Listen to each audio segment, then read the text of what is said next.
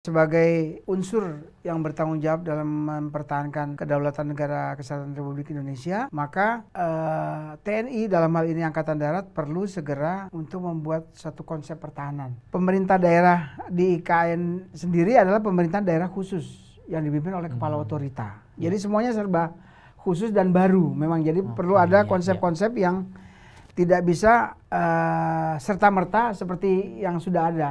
Maksud saya begini, bukan pemikiran kita bahwa ibu kota itu pindah dari Jakarta ke Kalimantan, yang memindahkan Jakarta ke Kalimantan, tidak begitu. Fokusnya ke Arhanud karena jarak rudal yang dipunyai oleh China atau Korea itu sampai, Mas.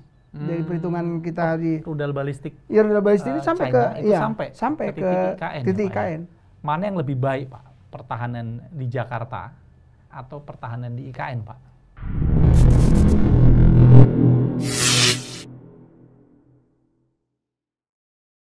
Salam Defender. Jumpa kembali dengan podcast Tandev. Kali ini kita akan membahas mengenai hal yang sudah sering dibahas di banyak acara, di berita, dan di media-media. Dan memang sekarang menjadi fokus perhatian pemerintah sekarang terkait dengan ibu kota baru di IKN Kalimantan.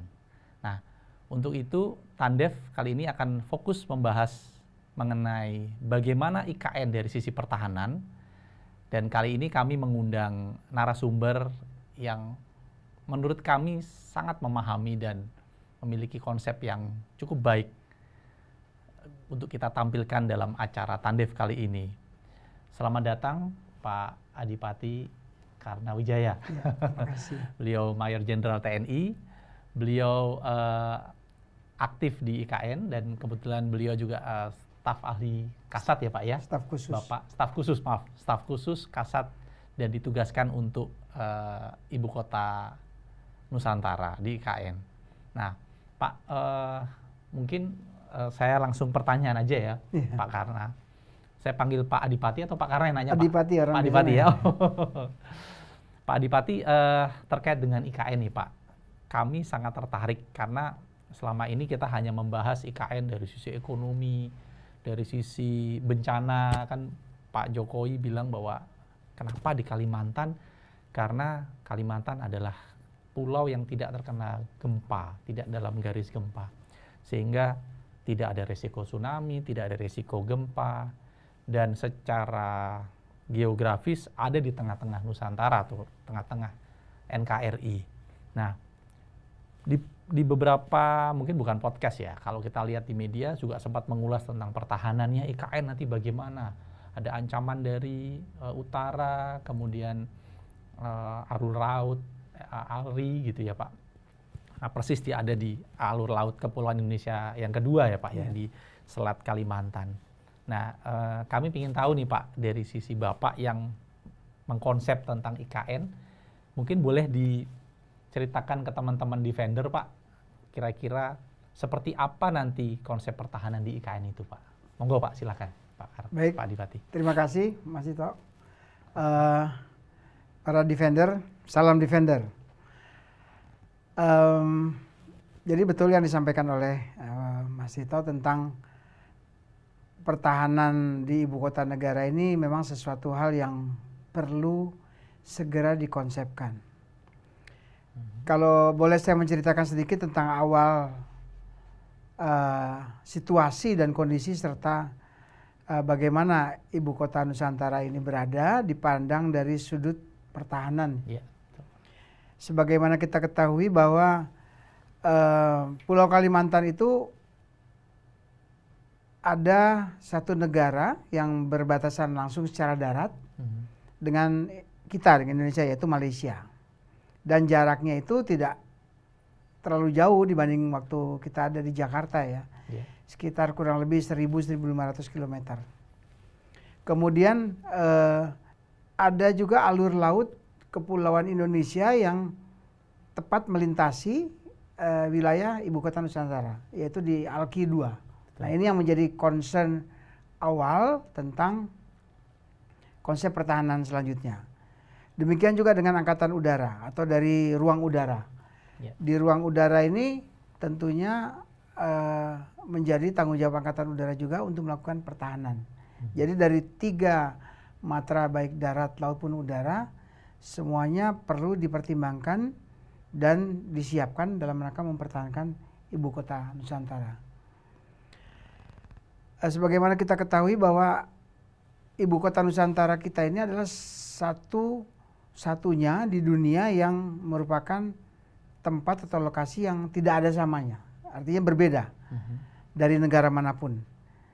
Baik lokasinya, kemudian letak dari laut maupun bagaimana situasi alamnya itu sangat berbeda dan tidak ada samanya. Oleh karena itu sebagai unsur yang bertanggung jawab dalam mempertahankan kedaulatan negara kesatuan Republik Indonesia, maka TNI dalam hal ini Angkatan Darat perlu segera untuk membuat satu konsep pertahanan. Karena apa yang kita punya di ibu kota Jakarta tentunya sangat berbeda dan ini akan memunculkan suatu konsep pertahanan yang baru. Dari situasi yang ada ini, Angkatan Darat sudah mengantisipasi beberapa bulan sebelum ibu kota dinyatakan dimulai pembangunannya, yaitu pada tahun 2022 ya. Awal 2022 sejak pelantikan kepala otorita itu TNI Angkatan Darat sudah melaksanakan survei dan melaksanakan assessment dalam rangka menyiapkan satuan militer yang akan melakukan pertahanan di ibu kota. Jadi walaupun waktu itu tim atau staf dari staf ahli kepala staf Angkatan Darat yang melaksanakan survei ke sana, tapi tim tersebut melakukan dari ketiga matra. Artinya beliau atau mereka tim tersebut melihat dari sisi angkatan lautnya atau dari lautnya, dari udara dan utamanya dari pertahanan daratnya. Dan itu sudah dilakukan 3 bulan sebelum semuanya ini berlangsung. Nah, dari survei tersebut maka muncullah satu konsep pertahanan yang akan membentuk satu kesatuan militer yang bertanggung jawab dalam rangka mempertahankan ibu kota Nusantara ini. Waktu itu telah disimpulkan akan dibentuk satu kesatuan setingkat Korem di sana. Kemudian dalam perjalanannya, karena ibu kota negara ini merupakan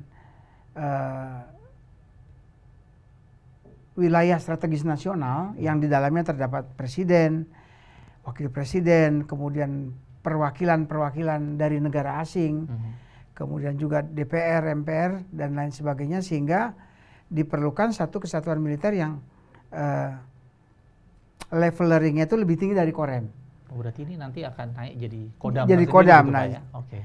Tapi tim tersebut waktu itu memutuskan untuk sementara Korem, Kodamnya tetap di Mula Warman di Balikpapan. Kemudian kepala otoritas sendiri kalau kita menganalogikan dengan Forkompimda ya, Forum Komunikasi Pimpinan Daerah yang terdiri dari Gubernur, Kapolda, Pangdam dengan Kejati, itu levelernya adalah Gubernur ya, sedangkan kepala otorita IKN ini selevel Menteri. Nah jadi kalau misalnya hanya setingkat Korem, itu mungkin tidak sesuai ya. Itu salah satu pertimbangannya kenapa terus dinaikkan dari Kodam. Kodam sendiri pun mungkin tidak sebagaimana kodam-kodam konvensional yang sudah ada. Kemungkinan akan ada kekhususan karena memang pemerintah daerah di IKN sendiri adalah pemerintah daerah khusus yang dipimpin oleh kepala otorita. Jadi semuanya serba khusus dan baru. Memang jadi perlu ada konsep-konsep yang tidak bisa serta-merta seperti yang sudah ada. Maksud saya begini, bukan pemikiran kita bahwa ibu kota itu pindah dari Jakarta ke Kalimantan, yang memindahkan Jakarta ke Kalimantan, tidak begitu. Membangun sesuatu yang baru. Membangun sesuatu yang baru, transformasi kerja, budaya kerja, kemudian sistem pemerintahannya adalah sesuatu yang baru. Sehingga perlu ada konsep yang memang dipikirkan dan masukkan untuk melaksanakan pemerintahan baru ini, termasuk diantaranya dengan sistem pertahanan. Oleh karena itu,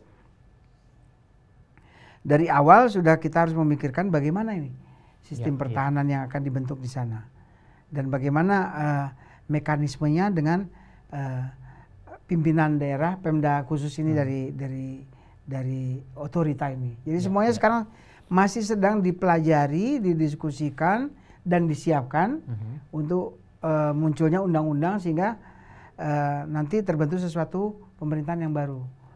Tapi kita tidak hanya menunggu, cuman kita harus siap gitu, artinya kira-kira nanti demikian. Karena di bawah otorita nanti tidak ada seperti di Jakarta ini, wali kota, kemudian ada lurah di bawahnya, itu tidak ada yang begitu.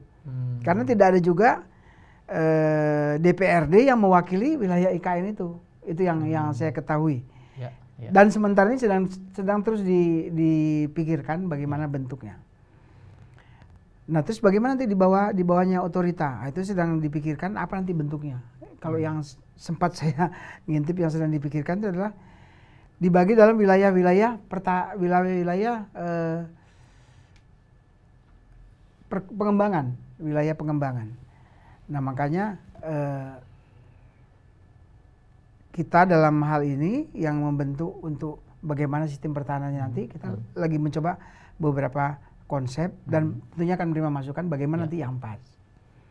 Kembali ke yang tadi, bahwa direncanakan akan dibentuknya Kodam khusus Nusantara, dan ini sudah mulai dibicarakan, didiskusikan, termasuk dislokasi di mana tempat markas komando Kodamnya, kemudian bagaimana satuan-satuan pendukung yang akan mempertahankan ini. Karena semuanya nanti akan baru, sehingga akan terbentuk satu satuan pengamanan militer di ibu kota Nusantara. Tidak terpisah dengan apa yang sudah ada di Kalimantan Timur sekarang, Mula Warman. Karena memang nanti tugasnya akan berbeda. Kodam 6 Mula Warman itu adalah penguasaan wilayah di Kalimantan Timur. Yang tentunya tugasnya adalah sebagai komando teritorial itu sebagaimana yang sudah dilaksanakan sebelum-sebelumnya. Nah, bagaimana yang di IKN? Nah, itu akan direncanakan untuk membuat konsepnya. Jadi sekarang dalam pembicaraan dan akan diadakan FGD untuk menerima masukan, termasuk salah satunya ini disampaikan mungkin nanti dari Defender akan memberikan masukan dari apa yang sedang kami tawarkan, konsep yang sudah kami bikin. Saya sendiri ditugaskan oleh Kepala Otorita sebagai Ketua Tim Koordinator Konsep Strategi Pertahanan dan Keamanan. Keamanan dalam hal ini dengan kepolisian. Jadi saya tidak bicara itu karena memang bukan bagian saya. Betul, nanti Pak. Ada lagi. Tapi yang pertahanan ini yang sedang kita buat konsepnya. Lanjut lagi. Nah, sekarang ini saya sudah membuat satu konsep yang kita tawarkan dan tentunya nanti akan disampaikan dalam FGD untuk menerima masukan. Saya akan sampaikan, ini pertama kali yang saya sampaikan di luar dari tim saya ya. Betul, Pak. Jadi konsep pertahanan nanti yang sudah kami diskusikan dengan tim adalah suatu bentuk pertahanan smart defense. Ini udah biasa kita dengar smart defense, yaitu terdiri dari hard defense sama soft defense. Dipadukan dengan dual strategi. Dual strategi ini adalah bagaimana strategi menghadapi secara kerakyatan atau dengan teritorial di masyarakat tersebut dan dengan peralatan yang kita punyai. Nah, dua konsep pertahanan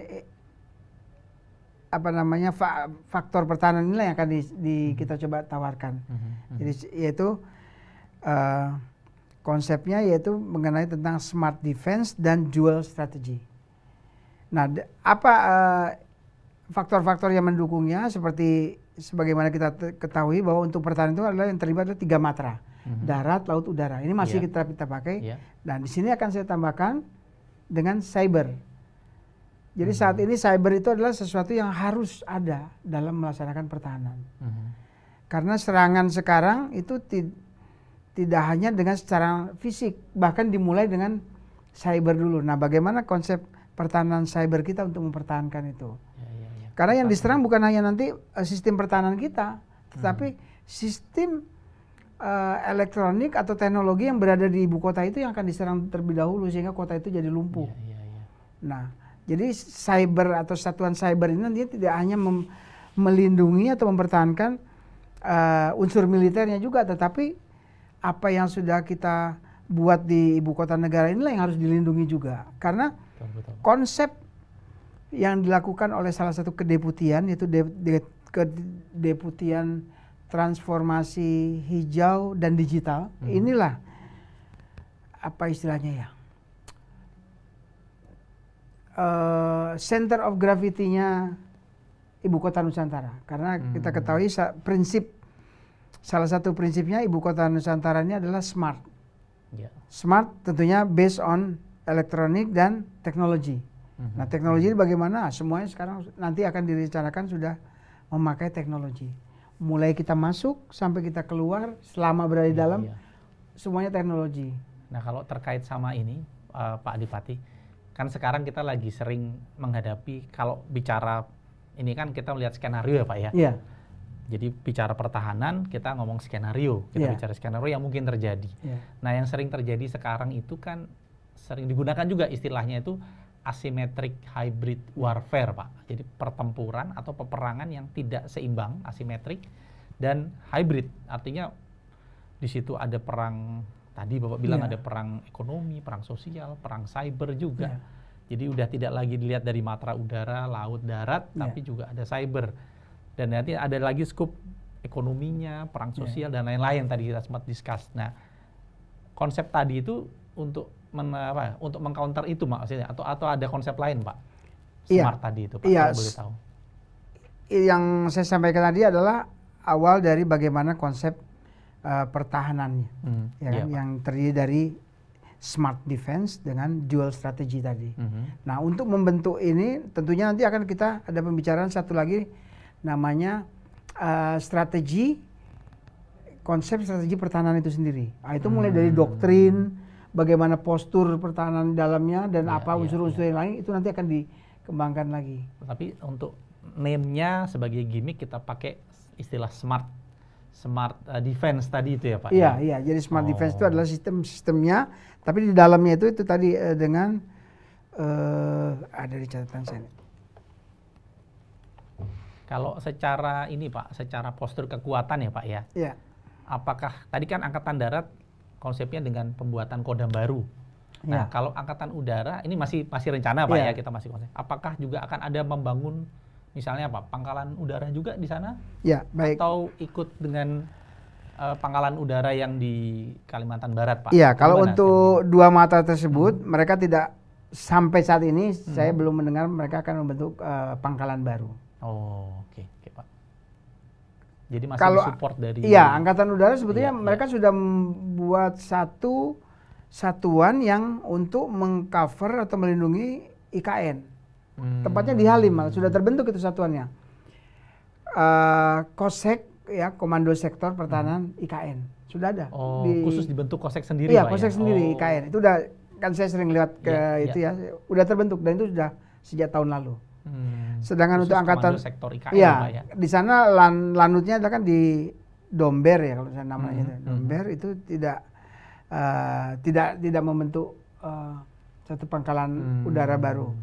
Cuman yang saya dengar selain yang sudah dibentuk KOSEK IKN ini dengan akan dibangunnya bandara VIP di dalam IKN, karena di dalam IKN itu akan dibentuk satu bandara, satu bandara VIP yang nantinya akan dipadukan dengan Angkatan Udara. Jadi kira-kira konsepnya seperti Halim dulu.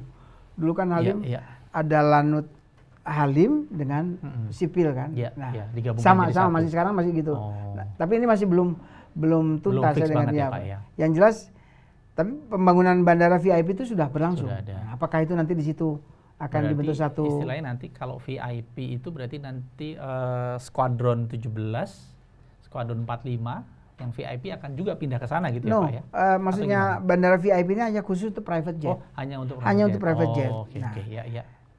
skadron barunya nanti mungkin dengan bentuk pesawat tempur yang lain yang mungkin ya, saya juga belum tahu. Tapi rencana itu baru dari tahap wacana. Jadi dengan adanya bandara VIP yang khusus private jet itu, akan ada juga pangkalan udara di situ. Kalau dari sisi Angkatan Laut nih Pak, Ya. apakah ada rencana juga membangun, karena kan kalau lihat dari posisinya IKN itu kan ada di Teluk Balikpapan ya Pak ya. Apakah nanti akan pangkalan Angkatan Laut di Balikpapan akan diperbesar untuk membantu pertahanan di IKN, atau akan membentuk lagi pelabuhan militer atau pelabuhan Angkatan Laut di ujung Teluk Balikpapan yang di arah itu, atau bagaimana Pak, kalau boleh tahu Pak? Iya, seperti yang saya sampaikan tadi, untuk konsepnya. dua matra tersebut saya belum mendengar, dan dari konsep yang saya ketahui untuk kedua matra tersebut tidak ada rencana untuk membangun satu armada, mungkinnya kalau untuk Angkatan Laut, dan satu pangkalan udara belum ada. Jadi masih menggunakan karena di Balikpapan itu yang kalau untuk sekarang ini itu udah besar, maksudnya udah cukup. Apakah itu nanti akan diperkuat? Begitu juga dengan yang di Angkatan Udara, apakah begitu, atau nanti akan membentuk satu pangkalan udara yang bersama dengan bandara VIP itu tadi. Bagaimana? Itu dari dua matra tersebut itu yang saya dengar. Nah, ada pertanyaan nih Pak, saya tadi terpikir satu pertanyaan yang pengen saya tanyakan ke Bapak nih Pak. Bapak kan sebagai militer ya Pak ya, kan bisa melihat secara lebih komprehensif.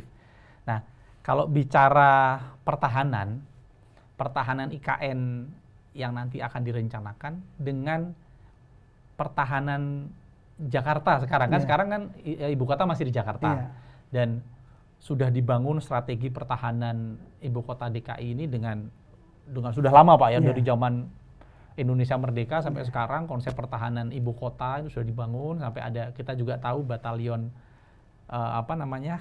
batalion infanteri itu kan ada batalion ibu kota gitu kan, istilah gitu. Terus dari sisi Arhanud, dari sisi semua sudah dipikirkan. Nah, kalau dari sisi Bapak saya ingin tahu, melihat mana yang lebih baik Pak, pertahanan di Jakarta atau pertahanan di IKN Pak? Ini kita maksudnya pertahanan discuss saja Pak ya, untuk kalau yang jelas kita lihat dari luas wilayah, ya Mas ya. Luas wilayah IKN sekarang itu 3,5 kali Jakarta. So kalau dia bentuk, makanya saya bilang tadi kodam khusus, satuan-satuan yang berada di ibu kota Nusantara nanti tentunya secara logika akan lebih besar. Lebih besar. Kalau di Jakarta seperti kita ketahui adalah Brigade 1 PAM Ibu Kota.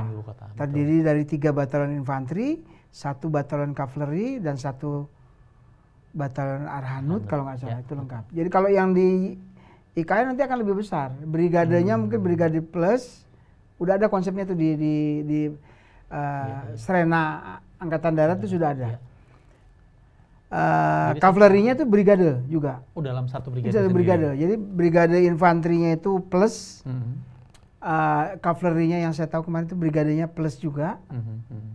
Arhanudnya batalion, resimen Arhanud gitu kalau nggak salah.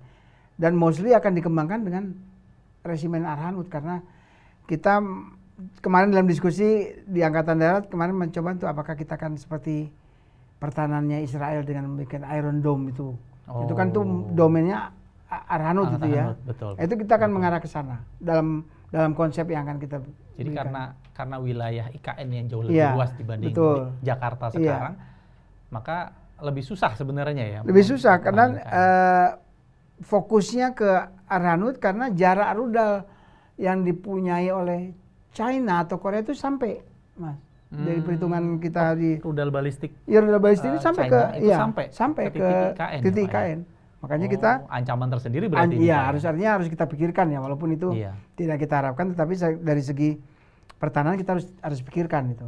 Belum kalau misalnya ini ya Pak ya, kalau misalnya ini terjadi ada kapal selam di Alki di Alki gitu kan, terus dia meluncurkan rudal balistik juga pasti dalam jangkauan makanya Alki ini satu tantangan juga ya untuk pertahanan. Mungkin Angkatan Laut sudah memikirkannya itu, karena memang itu lintasan Alki ini kan memang bisa dilewati siapa saja yang mempunyai niat tidak baik ke negara kita, kan dia seperti Iya, Kalau iya, kapal iya. di atas permukaan kelihatan ya, kalau Iya, di atas iya. di bawah laut kan nggak Lebih permukaan susah nggak mendeteksi, ya. betul, betul Pak. Jadi itu saya pikir sudah dipikirkan oleh Angkatan Laut. Iya, Begitu iya. juga di Angkatan Udara. Kalau Angkatan Udara saya lihat lebih berpikir awal itu adalah radar. Harus karena kan di negara kita ini masih ada beberapa blind spot ya Iya, dari radar yang iya. dimiliki, dan mungkin untuk di angka apa di IKN ini akan dipenuhi dulu.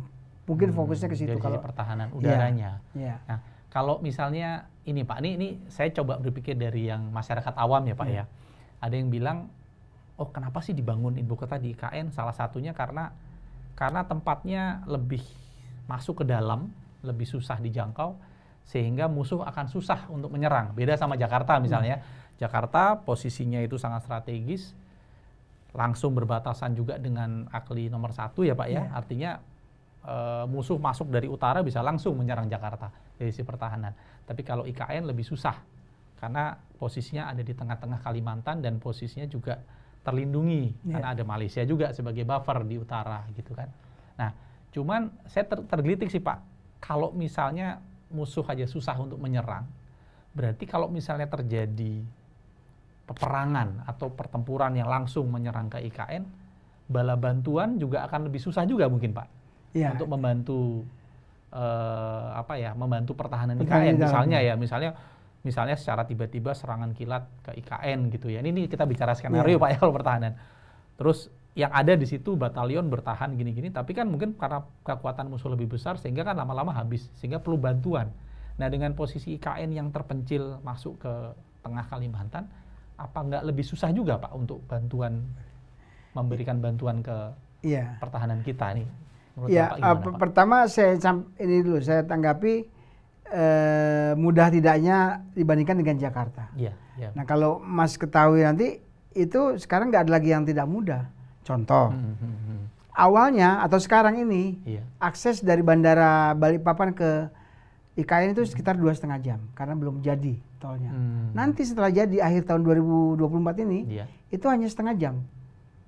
Jadi tidak sedalam atau sejauh itu kita ke hutan itu enggak. Betul. Jadi itu akan sangat mudah dicapai, dan itu karena memang udah dikonsep. Ya, by toll road itu only half an hour karena kita punya jalan tol yang masuk ke laut, tidak di bawah laut tetapi di dalam laut gitu ya. Jadi seperti mengapung itu jadi setengah jam. Jadi tidak lebih susah mencapai dari Bandara Soekarno-Hatta ke Monas lah, kira-kira gitu kan, bisa mungkin lebih dari 40 menit mungkin sekarang ya. Betul, jadi betul. mudah. Hampir sama Pak ya. Sampai mudah. Kemudian bantuan. Nah, sekarang ini kita Angkatan Darat sudah mengkonsep.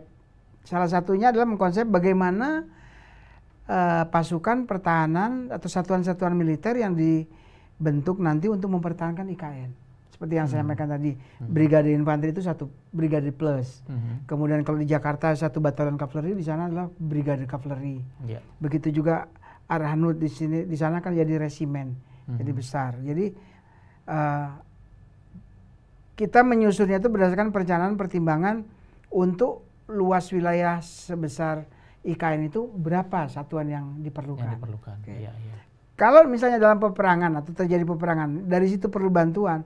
Saat ini Angkatan Darat juga sudah merencanakan 2 kodam yang mengapit di Kalimantan, Kodam Mula Warman dengan Kodam Tanjung Pura.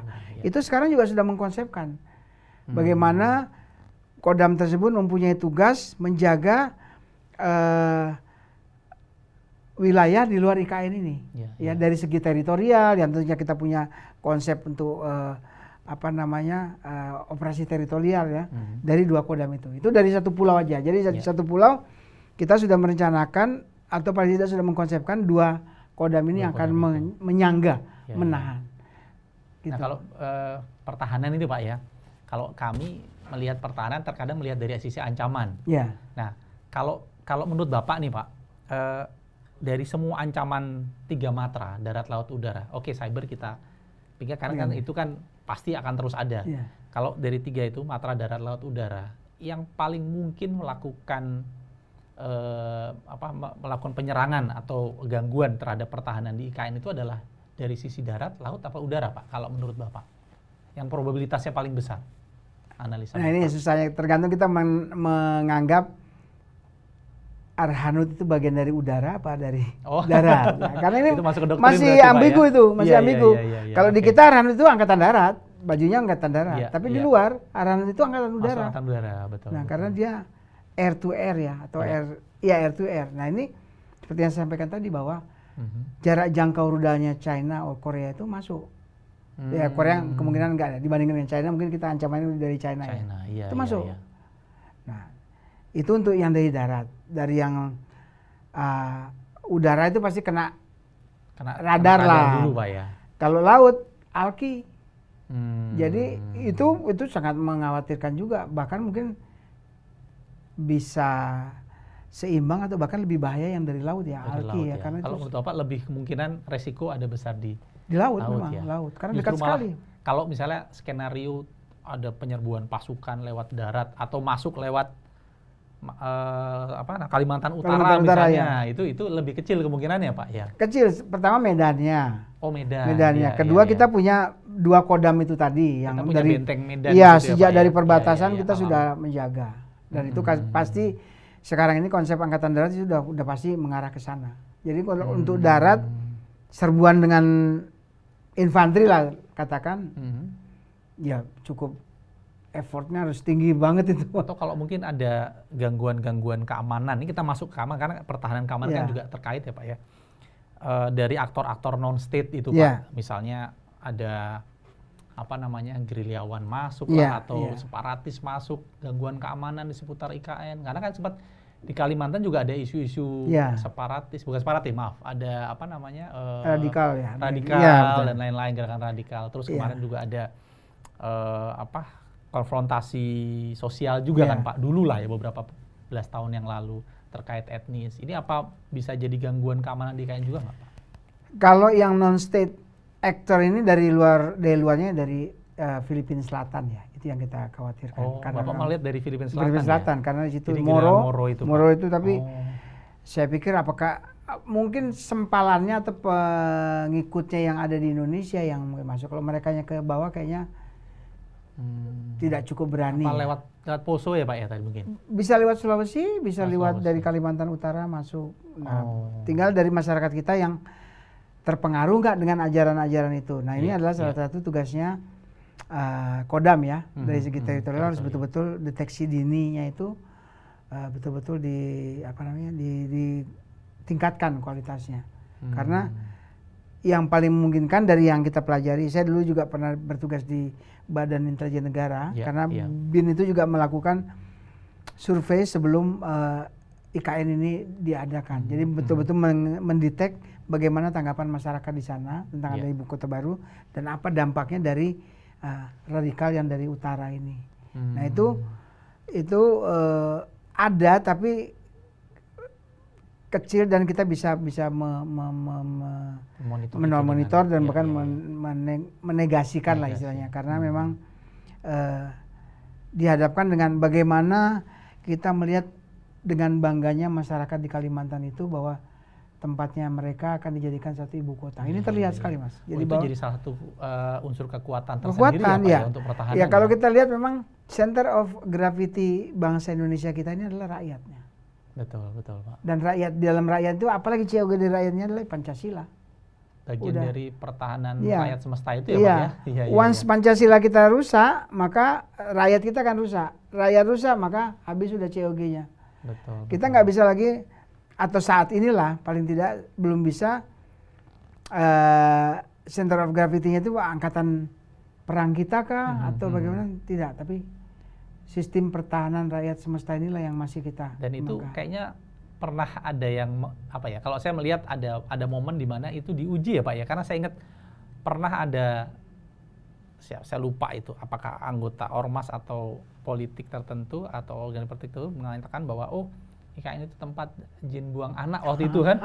Terus rame ada dukungan kontra. Saya pikir wah ini berarti kalaupun terjadi serangan terhadap IKN itu masyarakat seluruh Kalimantan bisa bersatu untuk itulah yang kita ini yang kalau saya pikir, Mas, ya, kita orang Jawa ini atau yang lama tinggal di Jawa. Iya. Ya ini sebetulnya warisannya Belanda sama Jepang dulu kan, Iya, adanya mudik apa segala macam itu sebenarnya di-create menurut saya. Betul. Di-create. Nah, kita ini kan melihat di Jawa asal keluar dari Jakarta aja bilang udah mudik.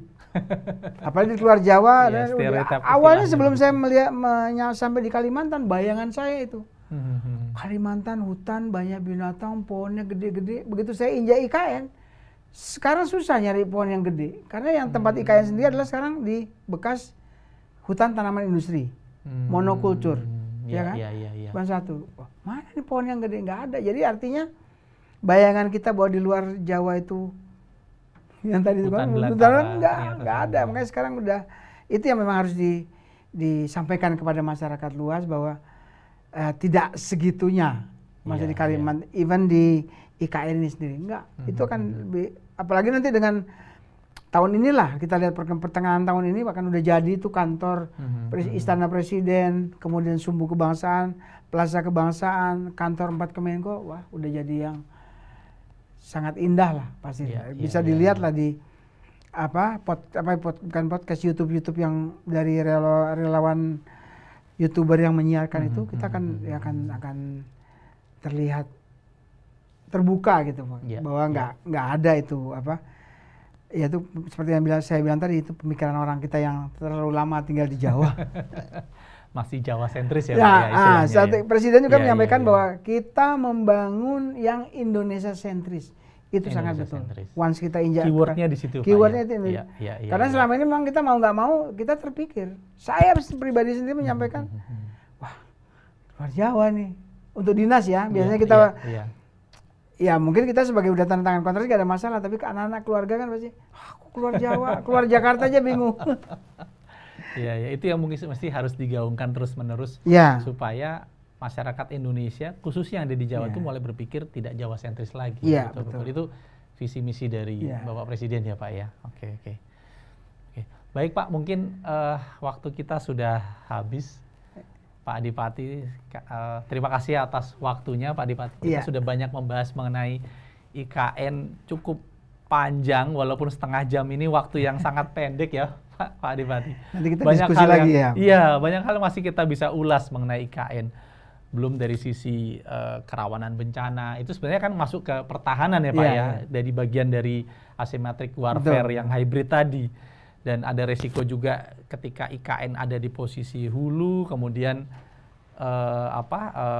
ada risiko banjir ya Pak ya, karena itu berbukit-bukit, hutannya juga sudah berubah menjadi hutan produksi, kemudian ditebang untuk pembangunan IKN, ada risiko juga mungkin akan banjir di muaranya atau apa, itu mungkin juga jadi pertimbangan sih Pak. Tapi ini masih akan luas lagi bicara pertahanan. Oke, mungkin kita akhiri dulu Pak Adipati diskusi kita kali ini. Terima kasih teman-teman Defender Tandev sudah ikut merhatikan acara ini juga. Tetap ikuti channel-channel podcast Tandev yang kita akan lanjutkan dengan topik-topik yang lebih menarik. Dan tidak menutup, kita akan bahas IKN lagi Pak di edisi berikutnya. Kita akan bahas yang lebih detail ya Pak Adipati. Terkait dengan mungkin ada pilpres juga nanti di depan gitu ya Pak ya. Oke, kita akhiri dulu podcast Tandev kali ini. Terima kasih atas perhatiannya. Jangan lupa komen, like, and subscribe di channel Tandev yang ada di bawah. Silahkan. Oke, salam Defender. Salam Defender.